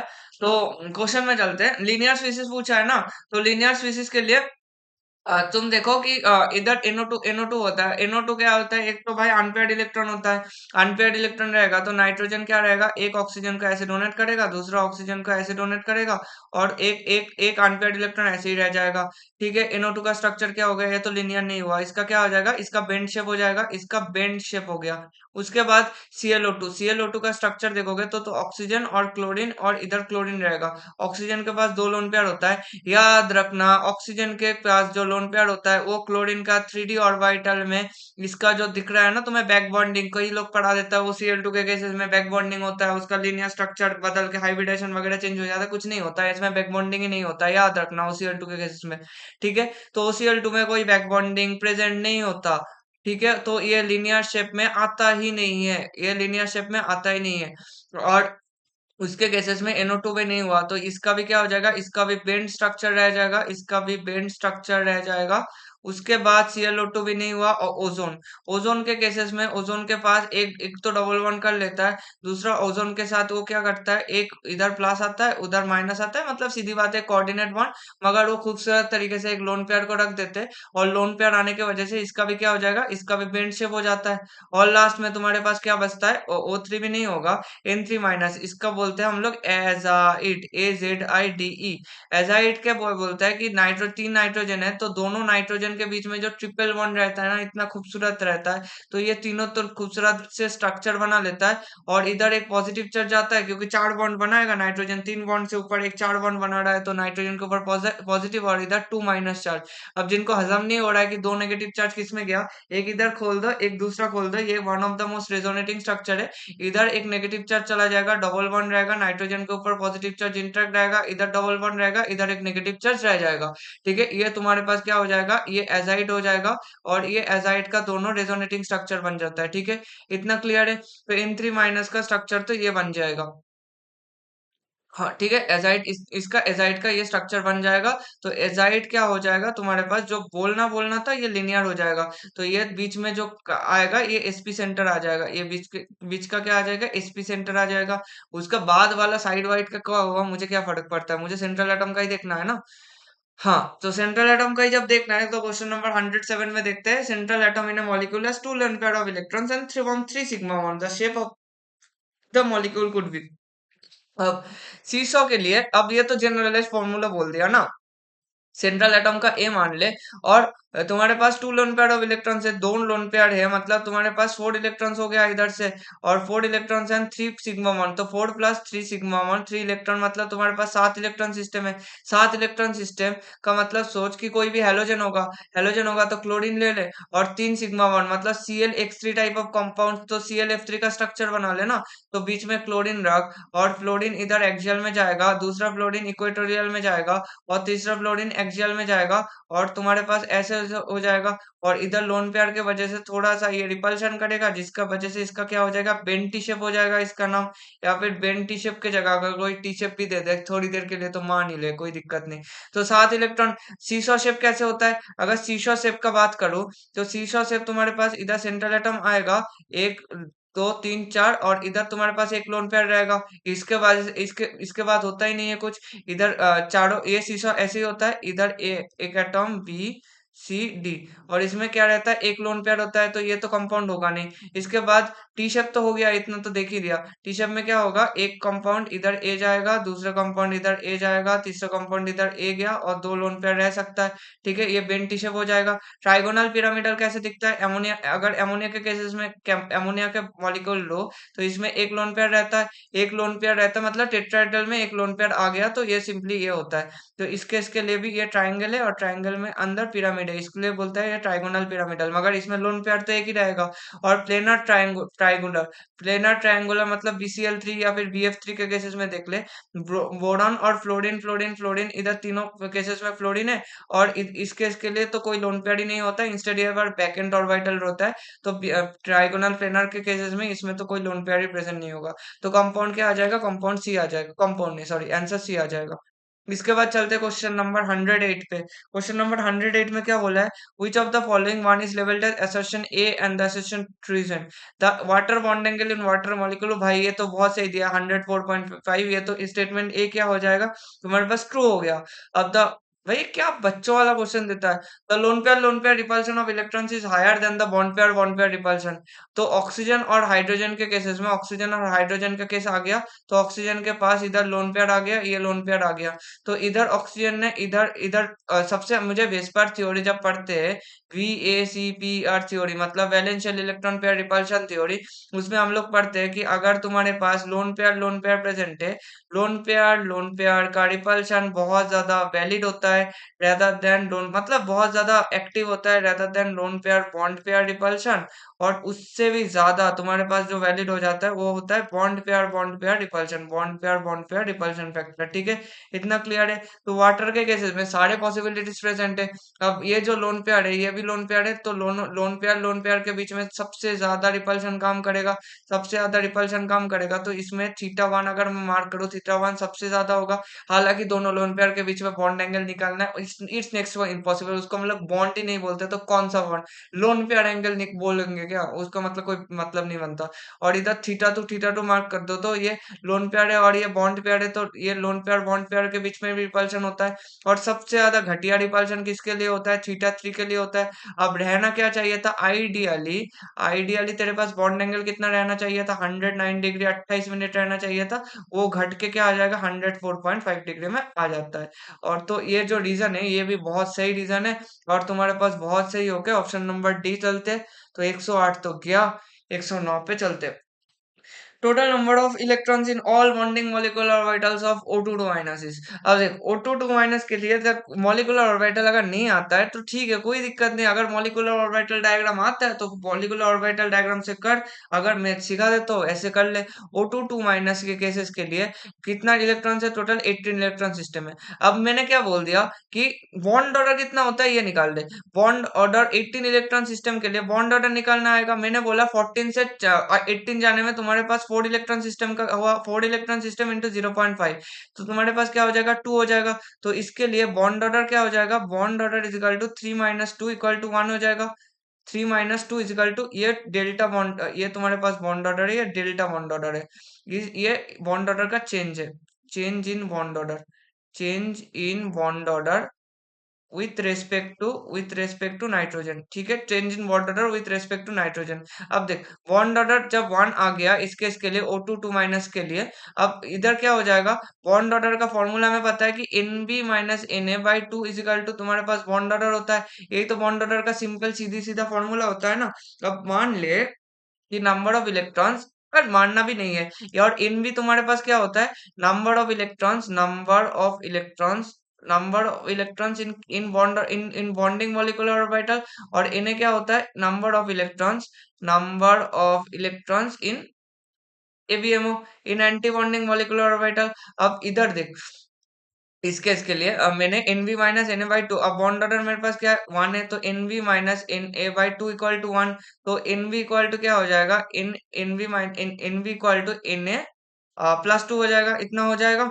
इतना अगर हो गया, उसके बाद हम लोग क्या बोलेंगे, टोटल नंबर ऑफ इलेक्ट्रॉन्स क्या है, 18 इलेक्ट्रॉन सिस्टम है, तो बॉन्डिंग और एंटी बॉन्डिंग में ही सब कुछ प्रेजेंट होगा, तो NB plus NB equal to 18 हो जाएगा। और इधर से हमें क्या मिल रहा है, NB minus Na equal to क्या आ जाएगा, 2 आ जाएगा। इतना क्लियर है? तो दोनों को अगर एडिशन कर दे तो 2 NV इक्वल टू क्या आ जाएगा, 20 आ जाएगा, मतलब NV क्या आ जाएगा, 10 आ जाएगा। तो number of electrons in all bonding molecular orbitals क्या आ जाएगा, 10 इलेक्ट्रॉन सिस्टम आ गया। और Na निकालने जाएगा, Na इक्वल टू क्या आ जाएगा, 18 इलेक्ट्रॉन सिस्टम आ जाएगा। इतना सिंपल था। और लोग मॉलिक्यूलर ऑर्बिटल बना के, भाई क्वेश्चन करना है ना, जेई मेंस देना है ना, पीएचडी डिग्री तो नहीं लेना है, सीधी बात है। तो total number of electrons in bonding molecular orbital क्या आ जाएगा, 10 इलेक्ट्रॉन सिस्टम आ गया। ठीक है, तो क्वेश्चन नंबर 109 मुझे लगता है इस तरह से हो जाना चाहिए। अब difference between bond order of CO and NO plus is x/2 at x equal to. अब CO के लिए अगर bond question total electron count करे तो कार्बन का 6 एटॉमिक नंबर होता है और ऑक्सीजन का भले भले ही 8 इलेक्ट्रॉन सिस्टम होता है। और NO प्लस का नाइट्रोजन के पास 7 और ऑक्सीजन का 8, और एक ने दयालु होकर बहुत एक इलेक्ट्रॉन डोनेट कर दिया, तो 14 इलेक्ट्रॉन हो गया। अगर 14 इलेक्ट्रॉन सिस्टम हो गया तो इसके लिए क्या आ जाएगा, बॉन्ड ऑर्डर 3 आ जाएगा। इसके लिए भी 14 इलेक्ट्रॉन सिस्टम है तो इसका बॉन्ड ऑर्डर भी क्या आ जाएगा, 3 आ जाएगा। तो दोनों के बॉन्ड ऑर्डर का डिफरेंस क्या आ जाएगा, डेल्टा बॉन्ड ऑर्डर 3 - 3। जितना पता है आर्यभट्ट ने जीरो का इन्वेंशन हो गया था, डिस्कवरी सॉरी। तो इसको ही हम लोग x मान लेते हैं। और x/2 इक्वल टू 0/2, और 0/2 round of bound of nearest integer करके हमारे पास ऑप्शन क्या आता है, 0 आता है, जो कि बहुत सही एग्जांपल है। क्वेश्चन नंबर 111, ये क्वेश्चन तो भाई पहले भी आ चुका है, सीधी बात है, जेई मेंस में। इसलिए प्रीवियस ईयर क्वेश्चंस करना बहुत ज्यादा इंपॉर्टेंट होता है, क्योंकि रिपीट क्वेश्चंस आता है। तो क्वेश्चन नंबर 111 में क्या बोला है कि करेक्ट बॉन्ड ऑर्डर सीक्वेंस बोला है। करेक्ट बॉन्ड ऑर्डर सीक्वेंस के लिए पहली बात तो क्या करना है, पहली बात तो तुम्हें 14 इलेक्ट्रॉन सिस्टम से अगर 20 इलेक्ट्रॉन सिस्टम तक जाओगे, 14 इलेक्ट्रॉन सिस्टम से 20 इलेक्ट्रॉन सिस्टम तक जाओगे, तुम्हारे पास क्या हो जाएगा, ना electronic configuration is increasing. Electronic configuration is increasing, अगर इलेक्ट्रॉनिक कॉन्फ़िगरेशन इंक्रीज होगा, तुम्हारे पास क्या हो जाएगा, बॉन्ड ऑर्डर तुम्हारे पास डिक्रीज होगा। बॉन्ड ऑर्डर सीधी बात है डिक्रीज करेगा। अब O2 2 minus O2 plus O2 minus oxygen के लिए देखोगे, तो O2 2 माइनस के लिए क्या हो जाएगा, तुम्हारे पास 18 इलेक्ट्रॉन सिस्टम आ जाता है। O2 प्लस के लिए क्या आ जाएगा, O2 प्लस के लिए 15 इलेक्ट्रॉन सिस्टम आ जाएगा। O2 माइनस के लिए क्या आ जाएगा, 17 इलेक्ट्रॉन सिस्टम आ जाएगा। और O2 ऑक्सीजन के लिए 16 इलेक्ट्रॉन सिस्टम आ जाएगा। अब 14 से 14 इलेक्ट्रॉन के बाद क्या आता है, 15 आता है, 15 के बाद 16 आता है, 17 आता है, 18 आता है। तो सबसे ज्यादा बॉन्ड ऑर्डर 15 इलेक्ट्रॉन सिस्टम के लिए बॉन्ड ऑर्डर क्या रहेगा, 3 माइनस 0.5 तो 2.5 हो जाएगा। इसके बाद 16 इलेक्ट्रॉन सिस्टम के लिए बॉन्ड ऑर्डर इधर 2 रहेगा, 17 इलेक्ट्रॉन सिस्टम के लिए बॉन्ड ऑर्डर 1.5 रह जाएगा, और 18 के लिए बॉन्ड ऑर्डर भाई 1 रह जाएगा। अब करेक्ट बॉन्ड ऑर्डर सीक्वेंस अब तो लिख ही दिया हो, इतना तो कर ही सकता है। तो O2 प्लस के लिए सबसे ज्यादा रहेगा भाई O2 प्लस, उसके बाद कौन आएगा, ऑक्सीजन आएगा। तो O2 प्लस के बाद ऑक्सीजन आ रहा है, तो option number C is the correct option. ठीक है, तो क्वेश्चन नंबर 11 इससे घटिया, 111 खत्म हुआ। तो इससे ज्यादा बकवास क्वेश्चन तो था ही नहीं। क्वेश्चन नंबर 112 चलते हैं, ठीक है। तो क्वेश्चन नंबर, तो देख इस क्वेश्चन में क्या बोला है कि identify the species that is having one pi bond and maximum number of canonical forms from the following. तो इस क्वेश्चन के लिए रेजोनेंस फॉर्म करने के लिए बोला है। तो रेजोनेंस फॉर्म करना है, जो भी करना है उसका अर्थ ही उतरना है, तो उसके पहले उसका स्ट्रक्चर बना ले। SO3 के केसेस में SO3 का स्ट्रक्चर क्या होगा, साल्कर के पास 6 इलेक्ट्रॉन रहता है, 3 ऑक्सीजन रहता है, तो इसने क्या किया, तीनों के पास डबल वन दे दिया। तो SO3 के स्ट्रक्चर में तुम्हारे पास 3 पाई बॉन्ड हो गया। तो 3 पाई बॉन्ड में, ये तो क्राइटेरिया में बोला है ना कि having species having one pi bond, one pi bond तो इसमें है नहीं। तो SO3 तो मेरे पास गया। उसके बाद ऑक्सीजन आता है। ऑक्सीजन के केस में इसमें क्या रहता है, 1 सिग्मा रहता है और 1 पाई बॉन्ड रहता है। मगर इसका 1 सिग्मा 1 पाई, एक वो 1 पाई, मगर इसका पास कौन सा रेजोनेटिंग फॉर्म होगा, इसमें भाई दोनों ऑक्सीजन है। इसका स्ट्रेट कट बॉन्ड ऑर्डर क्या रहता है, इसका स्ट्रेट कट बॉन्ड ऑर्डर 2 ही रहता है। इसमें कोई रेजोनेंस होने के लिए कुछ कंडीशंस ही नहीं है, तो होगा ही कैसे, तीसरा कोई एटम ही नहीं है जिसके साथ वो बॉन्ड बना पाए, जिसको हेल्प कर सके, मदद कर सके। तो ऑक्सीजन तो नहीं है। SO2 केसेस के लिए सल्फर के साथ दोनों ऑक्सीजन इधर बना लेगा डबल बॉन्ड, और SO2 के केसेस के लिए इधर एक लोन पेयर हो जाएगा। तो SO2 में भी, अब जिसको कैनोनिकल फॉर्म नहीं पता, कैनोनिकल फॉर्म बेसिकली क्या होता है, रेजोनेंस फॉर्म में पूछा है। अब ये कैनोनिकल फॉर्म क्या बोला, आउट ऑफ सिलेबस क्वेश्चन है, ऐसा कुछ नहीं है। अब रेजोनेंस जिनने जीओसी पढ़ लिया उसके लिए बहुत आसान है। मगर SO2 के केसेस में क्या हो जाएगा, तुम्हारे पास दो सिग्मा 2 पाई बॉन्ड हो रहा है ना, तो इधर से ही तो तुम पूरा ऑप्शंस को एलिमिनेट करके CO3 2 माइनस को कर सकते हो। अब CO3 माइनस में देखने जाए तो कार्बन के पास 4 इलेक्ट्रॉन होता है, एक एक के साथ वो डबल बॉन्ड बनाएगा और दोनों के साथ सिंगल बॉन्ड और दोनों के ऊपर नेगेटिव चार्ज दे देगा। अब दिखने में क्या लग रहा है कि ये जो ऊपर वाला बॉन्ड ऑर्डर है इसका 2 आएगा और इसके लिए क्या आ जाएगा, बॉन्ड ऑर्डर 1 आ जाएगा। बट जब हम लोग एक्सपेरिमेंटली, ये तुम्हारे पास क्या है, थियोरिटिकल कैलकुलेशन है, theoretically theoretically all the bond order are different, but तुम्हारे पास all the bond order are different, but experimentally जब बट प्रैक्टिकली देखने जाओगे, बट प्रैक्टिकली क्या आ जाएगा, practically all of them are same, all of them और सेम, ऑल ऑफ देम क्या आ जाएगा, सेम आ जाएगा। तो सिमिलर अगर आ जाएगा तो तुम्हारे पास इधर क्या होता है, ये नेगेटिव चार्ज इधर गिरता है ये खुलता है, ये नेगेटिव चार्ज इधर गिरता है ये खुल जाता है। तो तुम्हारे पास CO3 2 माइनस का ये बनेगा एक रेजोनेंस फॉर्म, ये घूम के आएगा तो ये इधर जाएगा तो कार्बन ये O माइनस, इधर डबल बॉन्ड फॉर्म होगा और इधर इसको ये जाएगा तो ये हो जाएगा। तो तीसरा रेजोनेटिंग फॉर्म क्या आ जाएगा, इधर डबल बॉन्ड ऑक्सीजन, इधर O माइनस हो जाएगा। तो तुम्हारे पास सीधी बात है, तुम्हारे पास CO3 2 माइनस बन गया तो इसका थ्री कैनोनिकल स्ट्रक्चर आता है, थ्री कैनोनिकल स्ट्रक्चर आ गया। और इसका हम लोग क्या बोलते हैं, थ्री रेजोनेंस स्ट्रक्चर या थ्री कैनोनिकल स्ट्रक्चर। और रेजोनेंस हाइब्रिड ड्रॉ करना है तो रेजोनेंस हाइब्रिड इसका कैसे होता है, इधर कार्बन रहता है, इधर ए सिंगल बॉन्ड ऑक्सीजन, इधर सिंगल बॉन्ड ऑक्सीजन, इधर सिंगल बॉन्ड ऑक्सीजन, इसके ऊपर डेल्टा माइनस, इसके ऊपर डेल्टा माइनस, इसके ऊपर डेल्टा माइनस। और डेल्टा माइनस चार्ज का वैल्यू क्या है, 2/3, इसका भी 2/3, इसका भी 2/3 आएगा। और लास्ट में इसका बीच में सॉरी इसके पास एक double partial double one character, partial double one character, partial double one character. और इन केसेस के लिए बॉन्ड ऑर्डर क्या रह जाएगा, बॉन्ड ऑर्डर 1.5 रह जाएगा।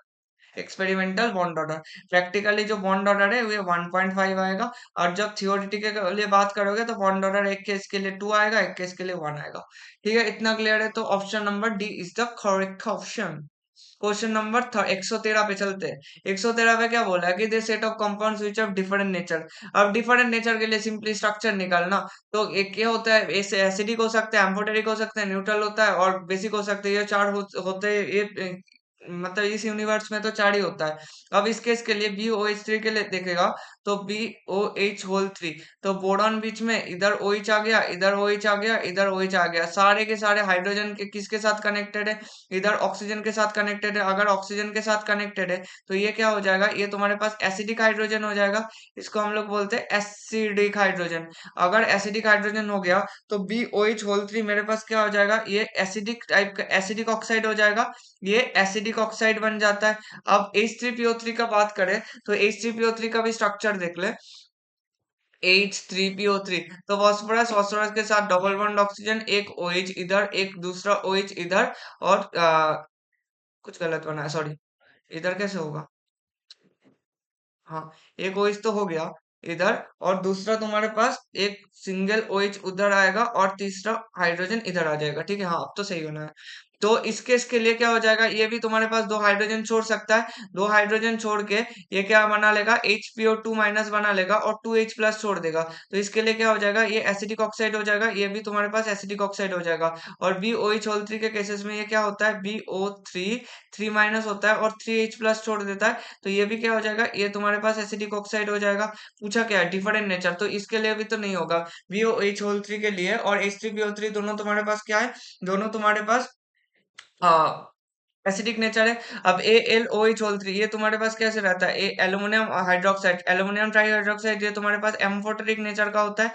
ये किसके नेचर होता है, एम्फोटेरिक नेचर होता है। एम्फोटेरिक का मतलब क्या होता है, ये एसिडिक सॉल्यूशन, एसिडिक भी होता है, ये एसिडिक के साथ भी रिएक्ट करता है, ये बेसिक के साथ भी रिएक्ट करता है। नॉट नेसेसरी ऐसे मत देखना कि इसके पास भाई H प्लस डोनेशन होता है, OH माइनस, ये एसिड के साथ भी उसका जब नेसेसिटी होता है, मतलब वो बीच का आदमी, मतलब बीच का प्रेजेंट है, मतलब सीधी बात है, वो एसिड के साथ भी रिएक्ट कर सकता है, बेस के साथ भी रिएक्ट कर सकता है। ठीक है, इतना क्लियर है। तो इस केस के लिए ये तो हाँ, ये BOH3 ये एसिडिक हो जाएगा और ये तुम्हारे पास एम्फोटेरिक हो जाएगा। तो इसका ऑप्शन तो बी आ सकता है, कोई दिक्कत नहीं। नेक्स्ट ऑप्शन देख लेते हैं। सोडियम हाइड्रोक्साइड, सोडियम हाइड्रोक्साइड क्या करता है, सोडियम हाइड्रोक्साइड सिंपली जाता है Na प्लस में टूटता है और OH माइनस में टूटता है। OH माइनस डोनेशन होता है तो इसको हम लोग बेसिक कंडीशन बोल देते हैं। और calcium hydroxide, calcium CaOH whole 2, CaOH whole 2 में calcium Ca2 plus plus 2 2H minus में डोनेशन होगा, 2H माइनस में डोनेशन हो गया, ये भी क्या हो जाएगा तुम्हारे पास बेसिक हो जाएगा। तो NaOH COH दोनों क्या हो जाएगा, दोनों बेसिक नेचर का हो जाएगा। तो ये सी ऑप्शन भी तो गया। अब उसके बाद डी ऑप्शन में जाते हैं। डी ऑप्शन में भी क्या है तुम्हारे पास, BOH होल 2 एंड एल्यूमिनियम, ये दोनों तुम्हारे पास क्या हो जाएगा, ये दोनों ही दोनों क्या है, बेरिलियम 2 प्लस आ गया, एल्यूमिनियम 3 प्लस आ गया, ये दोनों के दोनों एम्फोटेरिक नेचर शो करते हैं, एम्फोटेरिक नेचर शो करता है, ठीक है। ये भी ऑप्शन में नहीं होगा, ठीक है। इतने से इतना क्लियर है। इसके बाद 113 के बाद 114 पे चलते हैं। 114 पे क्या बोला है, अच्छा हाइब्रिडाइजेशन निकालने बोला है, वही बकवास चीज है। SF4 के केसेस में SF4 के स्ट्रक्चर बना लेना। सल्फर के केसेस में सी शॉ शेप होता है। इधर इतना ये तो बहुत बार, हजार बार बोल दिया। SF4 के केसेस में ये सी शॉ शेप हो जाता है, सी शॉ अगर शेप हो गया, इसका हाइब्रिडाइजेशन क्या हो जाएगा, इसका geometry trigonal pyramid, trigonal bi pyramidal हो जाएगा। ट्राइगोनल बाई पिरामिडल अगर हो रहा है, इसका 5 बॉन्ड है ना, तो CN क्या हो जाएगा, 4+1 हो जाएगा, तो sp3d हो जाएगा। तो SF4 के केसेस में, SF4 में ए ऑप्शन के लिए क्या हो जाएगा, sp3d हो जाएगा। sp3d किस में है, वो खुद देख लेना। इसके बाद IF5 मतलब आयोडीन के पास आध इलेक्ट्रॉन है 5, तो उसने फ्लोरीन के साथ ले लिया, तो 5 1 2 3 4 5 ले लिया। एक फ्लोरीन को ऊपर भेज दिया और दूसरा फ्लोरीन को, दूसरा लोन पेयर को नीचे भेज देगा। तो इसके लिए हाइब्रिडाइजेशन क्या हो जाएगा, ऑक्टाहेड्रल जैसे दिख रहा है ना, 4 ऊपर एक एक ऊपर एक लोन पेयर नीचे, ये हो रहा है। तो इसका ऑक्टाहेड्रल मतलब sp3d2 ऑक्टाहेड्रल हो जाएगा, ऑक्टाहेड्रल हो जाएगा, ठीक है। इतना क्लियर है। इसका ऑक्टाहेड्रल हो गया, इसका sp3d है, sp3d, और इसका सीशॉ बोलते हैं। और इसका अगर हाइब्रिडाइजेशन पूछे, हाइब्रिडाइजेशन इसका क्या हो जाएगा, trigonal trigonal bi pyramidal, trigonal bi pyramidal, ठीक है। इतना क्लियर है। तो sp3d, अगर बी ऑप्शन पूछे, बी का क्या आ रहा है, sp3d2, बी का sp3d2 आ रहा है। इसके बाद NO2 प्लस पे चलते हैं। NO2 प्लस ही दिया है। NO2 प्लस का स्ट्रक्चर, नाइट जो पॉजिटिव चार्ज है ये नाइट्रोजन के ऊपर जाएगा और दोनों ऑक्सीजन के साथ क्या बनाएगा, वो ऐसे बना लेगा। तो ये लीनियर फॉर्म में आ जाएगा। अगर लीनियर आ रहा है, इसका हाइब्रिडाइजेशन शेप सब कुछ, कोई लोन पेयर प्रेजेंटेड नहीं है, तो इसका इलेक्ट्रॉनिक ज्योमेट्री और मॉलिक्यूलर ज्योमेट्री सेम हो जाएगा, तो लीनियर बन जाएगा, तो sp बन जाएगा। ऑप्शन सी का क्या हो जाएगा, sp हो जाएगा। उसके बाद ऑप्शन डी पे चलते हैं। NH4+ के केसेस में क्या हो जाएगा, नाइट्रोजन के साथ ये टेट्राहेड्रल स्ट्रक्चर बनाएगा। चार हाइड्रोजन है, तो नाइट्रोजन के ऊपर पॉजिटिव चार्ज जाएगा, और इसका टेट्राहेड्रल, इसका मॉलिक्यूलर ज्योमेट्री और इलेक्ट्रॉनिक ज्योमेट्री सेम हो जाएगा, तो दोनों का टेट्राहेड्रल हो जाएगा। तो डी के लिए sp3 हो जाएगा, ठीक है। इतना क्लियर है। तो 114 के क्वेश्चन के लिए ए ऑप्शन का, ए का sp3d है, मतलब ए का 3 हो गया। अरे यार इतना घटिया question, option C is the correct option, ठीक है। 114 हो गया, इतना आसान क्वेश्चन कौन देता है। 115 पे चलते हैं। The hybridization of the atomic orbitals of nitrogen in NO2 minus, हाँ, in NO2 minus, NO2 plus and NH4 plus, इन तीनों क्वेश्चन के लिए पूछा है। अब इन क्वेश्चन के लिए NO2 माइनस बोला है, तो एक एक का स्ट्रक्चर निकालना ना। NO2 माइनस में ऑक्सीजन नेगेटिव चार्ज होगा, वो किसके ऊपर जाएगा, ऑक्सीजन के ऊपर जाएगा। ये बहुत बेसिक होता है कि नेगेटिव चार्ज किसके ऊपर जा रहा है, मैं ये याद करके नहीं बैठा हूँ कि नेगेटिव चार्ज भाई ऑक्सीजन के ऊपर देना है, नेक्स्ट केस के लिए मैं नेगेटिव चार्ज नाइट्रोजन के ऊपर दूंगा, ऐसा नहीं होगा। तो वो एक बेसिक्स होता है, जिसको नहीं आता वो स्ट्रक्चर ऑफ सेंट्रल एटम बोल के लेक्चर नंबर 7 में प्रेजेंट है, वो structure of single central atom, वो वीडियो देख ले, ठीक है। तो NO2 माइनस के लिए एक डबल बॉन्डेड है, एक ऑक्सीजन के ऊपर जाएगा, और एक जो तुम्हारे पास दोनों इलेक्ट्रॉन्स बच रहा है, वो नाइट्रोजन के ऊपर लोन पेयर के फॉर्म में रह जाएगा। तो इसका हमें क्या पता है, इसका बेंड स्ट्रक्चर हो रहा है, इसका स्ट्रक्चर क्या है, बेंड स्ट्रक्चर है। और इसका अगर बॉन्ड एंगल निकाले तो 120 के करीब, 120 से थोड़ा सा छोटा आएगा, मगर होगा तो sp2 ही हाइब्रिडाइजेशन ना, मतलब बेंड स्ट्रक्चर है, ऑलमोस्ट sp 120 डिग्री है, तो sp2 हाइब्रिडाइजेशन में प्रेजेंट है। इसके बाद NO2 प्लस का स्ट्रक्चर जो कि अभी बनाया, NO2 प्लस में नाइट्रोजन के ऊपर पॉजिटिव चार्ज जाएगा, डबल बॉन्ड ऑक्सीजन, इसके इसके पास भी डबल बॉन्ड ऑक्सीजन जाएगा, दोनों ऑक्सीजन ऑक्सीजन जाएगा। तो NO2 के केसेस के लिए लीनियर फॉर्म हो जाएगा। इसका क्या हो जाएगा, लीनियर स्ट्रक्चर हो जाएगा, लीनियर स्ट्रक्चर होगा। तो इसका क्या हो जाएगा, sp हाइब्रिडेशन होगा। इसका sp हाइब्रिडेशन है, तो sp पहले का sp2, उसके बाद का sp आ जाएगा, और लास्ट में NH4+ का स्ट्रक्चर में नाइट्रोजन के ऊपर पॉजिटिव चार्ज गया, एक हाइड्रोजन इधर, दूसरा हाइड्रोजन इधर, तीसरा हाइड्रोजन इधर, चौथा हाइड्रोजन इधर। तो इसका क्या हो जाएगा, टेट्राहेड्रल स्ट्रक्चर हो जाएगा, इसका टेट्राहेड्रल स्ट्रक्चर हो गया।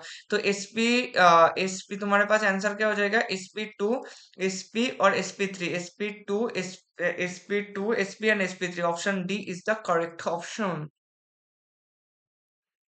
हाँ चलो 116 क्वेश्चन में चलते हैं। वही I3 माइनस को लेके पूछ लिया कि जो कि लिनियर होता है। तो number of lone pairs of electron on the central iodine atom in I3 minus. Central iodine atom का पूछा है, सेंट्रल छोड़ के पूछेगा नहीं उतना तो।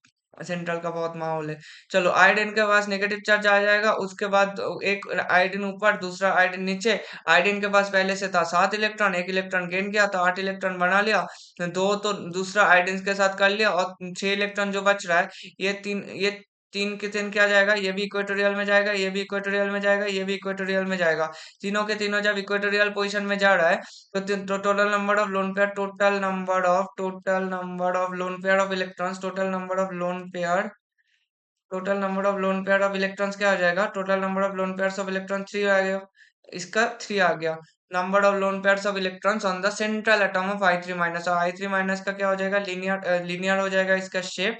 या फिर इसका मॉलिक्यूलर ज्योमेट्री का बात करो, इलेक्ट्रॉनिक ज्योमेट्री का बात करो तो क्या हो जाएगा। ये सब मैं क्यों बोल रहा हूँ कि ये सब छोटा छोटा चीजें, क्योंकि ये सेम क्वेश्चन तो रिपीट नहीं होगा। रिपीट अगर मतलब रिपीट होने का चांसेस बहुत लो है, मगर जो आ सकता है वो भी मतलब इसी सिमिलर टाइप ऑफ कंपाउंड्स के लिए दे रहा है ना। इसका शेप क्या हो जाएगा, ट्राइगोनल बाई पिरामिडल हो जाएगा इसका। ट्राइगोनल बाई पिरामिडल हो जाएगा, ठीक है, इतना क्लियर है। तो number of loan pair of electrons 3 हो गया।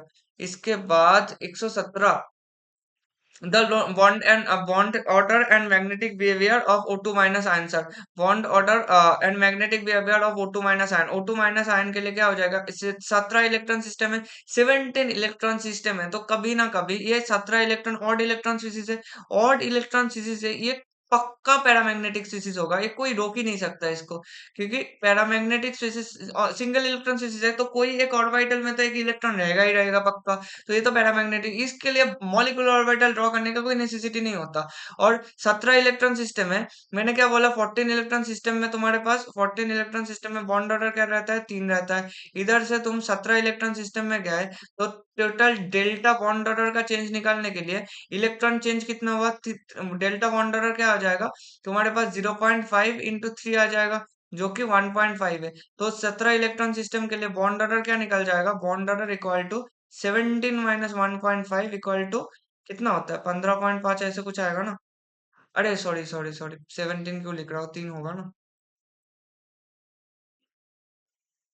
17 लिख दिया बॉन्ड ऑर्डर। ठीक है कोई दिक्कत नहीं, इसका 1.5 आ जाएगा, तो 1.5 एंड पैरामैग्नेटिक। तो question number, option number A is the correct option. तो क्वेश्चन नंबर 117 हो गया। उसके बाद 118 में चलते हैं। हाँ हाँ हाँ, अच्छा question. The interaction energy of London forces between two particle is proportional to r to the power x, where r is the distance between the particles, the value of x is. तो कभी भी London forces के बारे में बात करें तो London dispersion forces, LDF लिख दो। लॉन्डन फोर्सेस ही लिख दो। अरे यार, एलडीएफ लिखते तो सबसे बेस्ट है। एलडीएफ के बारे में बात करें तो एलडीएफ के, एलडीएफ या फिर डीवाई फोर्सेस, ये दोनों के इसके, एलडीएफ या फिर डीवाई फोर्सेस, ये दोनों किसके लिए होता है, ये नॉन पोलर मॉलिक्यूल और नॉन पोलर मॉलिक्यूल के केसेस के लिए होगा। नॉन पोलर मॉलिक्यूल के केस के लिए होगा, ये होता है। तो नॉन पोलर केस के लिए जो होगा, और डीवाई फोर्सेस किसके लिए होता है, पोलर नॉन पोलर के केसेस में ये होता है। ये किसके लिए होगा, पोलर और नॉन पोलर मॉलिक्यूल के केसेस के लिए होगा। इसके लिए हमें पता है कि हमने थोड़ा सा ये r to the power x के इंटरेक्शन एनर्जी कैलकुलेट किया है। और देखा जाता है इनका इंटरेक्शन एनर्जी क्या होता है, r to the inversely proportional to 1/r⁶ होता है। इनवर्सली प्रोपोर्शनल टू 1/r/6 होता है। तो डायरेक्टली प्रोपोर्शनल टू r⁻⁻6 हो जाएगा। और x का पूछा है ना, तो x क्या आ जाएगा, x इक्वल टू -6 आ जाएगा। ठीक है, इतना क्लियर है। x इक्वल टू क्या आ जाएगा, -6। अच्छा, इस केस के लिए थोड़ा सा याद रख लेना, मतलब मैं इस क्वेश्चन में, तो इस क्वेश्चन के केसेस के लिए और भी आ सकता है कि अगर कभी भी आयोन आयोन के किस के लिए पूछे, आयोन आयोन, उसके बाद क्या पूछेगा, अगर पूछा तो आयोन डाइपोल के लिए। उसके बाद सॉरी, ये कौन सा साइन बनाता हूँ। इसके बाद डाइपोल डाइपोल पूछेगा, डाइपोल डाइपोल। उसके बाद अगर पूछना है तो पूछेगा आयोन इंड्यूस डाइपोल, आयोन और induce dipole, ion induce dipole. उसके बाद पूछेगा डीवाई, डीवाई। उसके बाद लॉन्डन डिस्पर्शन फोर्सेस, एलडीएफ का पूछेगा, ठीक है। तो इसके लिए क्या होगा याद रखना, इसके लिए हमेशा energy equal to inversely proportional to 1 by होता है ना, के Q1 Q2 बाई आर, ऐसे ही होता है के Q1 Q2 बाई आर। इसके लिए तुम्हारे पास क्या रहेगा, energy inversely proportional to 1 by r square रहता है। जो म्यू होता है ना, म्यू इक्वल टू क्या रहता है, mu equal to q into d रहता है ना। और इसके लिए एनर्जी क्या रहता है, के Q1 म्यू बाई आर। इसका कैलकुलेशन करोगे तो ये नीचे आर स्क्वायर आता है। इसके लिए तुम एक म्यू आ गया, एक म्यू में क्यू दूसरे बार क्यू आ जाता है ना, तो एक डी इधर हो रहा है तो नीचे भी एक आर एक्स्ट्रा आएगा। इसके लिए डाइपोल डाइपोल के लिए क्या आ जाएगा, 1/r³ आ जाएगा, क्योंकि इसके लिए के म्यू 1 म्यू 2 वाई तुम्हारे पास क्या आ जाएगा, r³ आ जाता है। और लास्ट में आयोन इंड्यूस्ड डाइपोल का ऐसे सिमिलर तरीके से 1/r⁴ आता है। और लास्ट में डीवाई और एलडीएफ के लिए जो मैंने थोड़ी देर पहले बोला, ये 1/r⁶ कर देना, ठीक है। इतना क्लियर है। इतना अगर क्लियर है, क्वेश्चन नंबर 118 का तुम्हारे पास क्या आ रहेगा, ऑप्शन नंबर सी आएगा। 8⁶ मत कर देना, 8⁻⁻6 है। इतना क्लियर है। तो 118 हो गया, तो 119 पे चलते हैं। The number of species having non pyramidal symmetric structure, क्या non pyramidal shape, sorry, non pyramidal shape among the following एसो3 का स्ट्रक्चर बोले, तो नॉन पिरामिडल शेप के लिए तुम्हारे पास एसो3 आया। एसो3 क्या आया, एसो3 का जो स्ट्रक्चर होगा, ये तुम्हारे पास ट्राइगोनल प्लेनर आता है। ये आता है ट्राइगोनल प्लेनर स्ट्रक्चर आ गया, ठीक है। ये ट्राइगोनल प्लेनर स्ट्रक्चर आ गया। उसके बाद किस में चले, एसओ3 का तो हो जाएगा। NO3 का चले, तो NO3 के लिए स्ट्रक्चर कैसे आएगा, इसके ऊपर ऑक्सीजन के ऊपर नेगेटिव चार्ज आएगा, ऑक्सीजन का नाइट्रोजन के ऊपर एक पॉजिटिव चार्ज, दूसरा नेगेटिव। इसका भी क्या हो जाएगा, ट्राइगोनल प्लेनर स्ट्रक्चर आएगा। इसका भी ट्राइगोनल प्लेनर स्ट्रक्चर आ जाएगा। तो इसका भी पिरामिडल स्ट्रक्चर तो नहीं होगा, NO3 भी होगा। PCl3 का बात करें तो फॉस्फोरस के ऊपर एक तुम्हारे पास लोन पेयर 3 क्लोरीन आ जाएगा, इधर ऐसे ऐसे। दोनों तीनों के केसेस में एक नीचे ट्राइंगल बन रहा है और एक पिरामिडल स्ट्रक्चर बन रहा है। तो इसके लिए स्ट्रक्चर क्या आएगा, ये पिरामिडल स्ट्रक्चर ले लेगा, इसका पिरामिडल स्ट्रक्चर, इसका ट्राइगोनल पिरामिडल, ट्राइगोनल पिरामिडल इसका स्ट्रक्चर होगा। तो नॉन पिरामिडल स्ट्रक्चर में तो ये नॉन पिरामिडल स्ट्रक्चर एसओ3 और NO3 के लिए आया, मगर PCl3 के लिए तो नहीं आया। और लास्ट में CO3 2 CO3 2 का अभी रेजोनेटिंग स्ट्रक्चर देखे। ये क्या होता है, रेजोनेंस होने के लिए तुम्हारे पास प्लेनर होना तो बहुत नेसेसिटी होता है। ये दोनों जाता है इधर, रेजोनेंस स्ट्रक्चर बनाता है। तो ये भी क्या होता है, ट्राइगोनल प्लेनर होता है, ट्राइगोनल प्लेनर होता है। तो इसका भी स्ट्रक्चर, इसका भी ऑप्शन क्या हो जाएगा, CO3 2 हो गया, ठीक है। इतना क्लियर है। तो इसका नंबर ऑफ स्पीसीज क्या आ जाएगा, 3 आ जाएगा। 119 क्या, अब 120 में क्या बोला है कि according to molecular orbital theory number of unpaired electrons is O2 2 मैंने क्या बोला था, और अनपेयर्ड इलेक्ट्रॉन्स देखने के लिए तुम्हें क्या देखना है, पैरामैग्नेटिक स्पीसीज देखने के लिए तुम्हें क्या देखना है, अनपेयर्ड इलेक्ट्रॉन या फिर पैरामैग्नेटिज्म देखने के लिए, पैरामैग्नेटिज्म देखने के लिए तुम्हारे पास क्या देखना कि अगर किसी के पास odd number of electron present है, odd number of electron present है, या फिर तुम्हारे पास क्या प्रेजेंट होगा, 10 इलेक्ट्रॉन सिस्टम या फिर 16 इलेक्ट्रॉन सिस्टम। 10 इलेक्ट्रॉन और 16 इलेक्ट्रॉन सिस्टम के लिए 2 अनपेयर्ड इलेक्ट्रॉन रहता है, और ऑड नंबर के लिए तो भाई 1 रहेगा, 3 रहेगा, कुछ भी रहेगा, वो बाद में देखा जाएगा। हर एक के लिए क्या रहता है, =1 रहता है, ठीक है। सबके लिए नहीं होगा।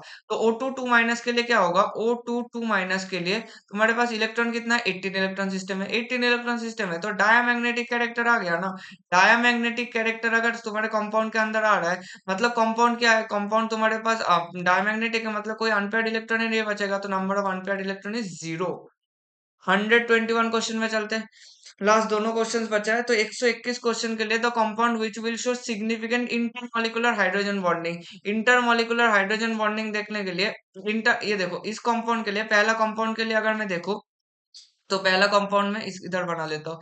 इधर बेंजीन रिंग है, बेंजीन रिंग का इधर क्या बोला है, नाइट्रोजन। NO2 का स्ट्रक्चर को मैं खोल के लिख देता हूँ, इधर O-, इधर तुम्हारे पास ऑक्सीजन, नाइट्रोजन के ऊपर पॉजिटिव चार्ज, इधर हाइड्रोजन, और इधर ऑक्सीजन और इधर हाइड्रोजन। तो ये जो नेगेटिव चार्ज है ऑक्सीजन का लोन पेयर और इधर हाइड्रोजन के बीच क्या हो जाएगा, हाइड्रोजन के बीच में तुम्हारे पास रह जाएगा एक एक अट्रैक्शन फोर्स, इसका क्या, dipole dipole attraction force, dipole dipole attraction force, जिसको एक special type of dipole dipole जिसको बोलते हैं हाइड्रोजन बॉन्डिंग। और ये टाइप ऑफ हाइड्रोजन बॉन्डिंग क्या हो रहा है, तुम्हारे पास इंट्रामोलिकुलर हो रहा है। अगर कभी भी इंट्रामोलिकुलर के चांसेस मिल रहा है, तो ये इंटरमोलिकुलर हाइड्रोजन बॉन्डिंग में पार्टिसिपेट नहीं करता, तो ये कंपाउंड तो हो गया। इसके बाद the compound which will show intermolecular hydrogen bonding. अब इसके लिए देखो, इसके लिए ऑप्शन ए के लिए तुम्हारे पास क्या गया, ये इंट्रामॉलिक्यूलर हाइड्रोजन बॉन्डिंग में पार्टिसिपेट किया, इंट्रामॉलिक्यूलर। अब ऑप्शन सी के लिए देखो, ऑप्शन सी के केस के लिए ये बेंजीन रिंग है, इधर इधर तुम्हारे पास ऐसा होगा, ये तुम्हारे पास ऐसा होगा और बीच में OH रहेगा। अब OH का केसेस के लिए ये जो OH है, इसके साइड में तुम्हारे पास एक टार्ट ब्यूटाइल ग्रुप है। टार्ट ब्यूटाइल मतलब ये मिथाइल, ये मिथाइल, ये मिथाइल। अब कंपाउंड का बहुत अच्छे तरीके से बनाओ ना, देखो कितना क्राउडिंग है, इधर इतना बड़ा ग्रुप, इधर इतना बड़ा ग्रुप, तो दोनों के बीच में क्या हो जाएगा, दोनों के बीच में स्टेरिक क्राउडिंग लग जाएगा। दोनों के बीच में स्टेरिक क्राउडिंग लग जाएगा। अब दोनों के बीच में स्टेरिक क्राउडिंग लग जाएगा, OH जो है ये इंटरमॉलिक्यूलर हाइड्रोजन बॉन्डिंग में पार्टिसिपेट करने के लिए इसका जान निकल जाएगा। ये इंटरमॉलिक्यूलर हाइड्रोजन बॉन्डिंग में पार्टिसिपेट करने के लिए इसका बहुत दिक्कत आएगा, क्योंकि सामने वाला जो कंपाउंड आएगा ये इधर से आने के लिए, और OH के साथ जो मतलब ये जो कंपाउंड है, ये दूसरा इस कंपाउंड में ऑक्सीजन और एक दूसरा ऑक्सीजन होना चाहिए। दूसरा मतलब इंट्रामॉलिक्यूलर तो हो ही नहीं सकता, क्योंकि कंपाउंड में हार्ड और कोई फ्लोरीन ऑक्सीजन नाइट्रोजन है नहीं। इंटरमॉलिक्यूलर करने के लिए भी इसके लिए क्या हो जाएगा, इसके लिए बहुत ज्यादा स्टेरिक क्राउडिंग हो जाएगा। तो इसके इसके लिए हम लोग क्या बोलेंगे, इसके इसके लिए भी नहीं होगा। तो क्वेश्चन नंबर 121 में ए और सी ऑप्शन के लिए तो नहीं हो रहा है। तो मेरे पास क्या होगा कि इस केस के लिए जो हाइड्रो इंटरमॉलिक्यूलर हाइड्रोजन बॉन्डिंग बन रहा है, ये इंटरमॉलिक्यूलर हाइड्रोजन बॉन्डिंग क्या होएगा, बहुत ज्यादा ये एक्सटेंसिव तो नहीं होगा, बहुत ज्यादा मतलब अगर होगा भी तो बहुत ज्यादा छोटे तरीके से होता है। मतलब अगर मैं बनाने की कोशिश करूँ तो ये तुम्हारे पास बेंजीन रिंग हो गया, और इधर तुम्हारे पास तीनों मिथाइल ग्रुप प्रेजेंट है, ये भी तुम्हारे पास तीनों मिथाइल ग्रुप प्रेजेंट है, और इधर ऑक्सीजन होगा और इधर तुम्हारे पास हाइड्रोजन प्रेजेंट है।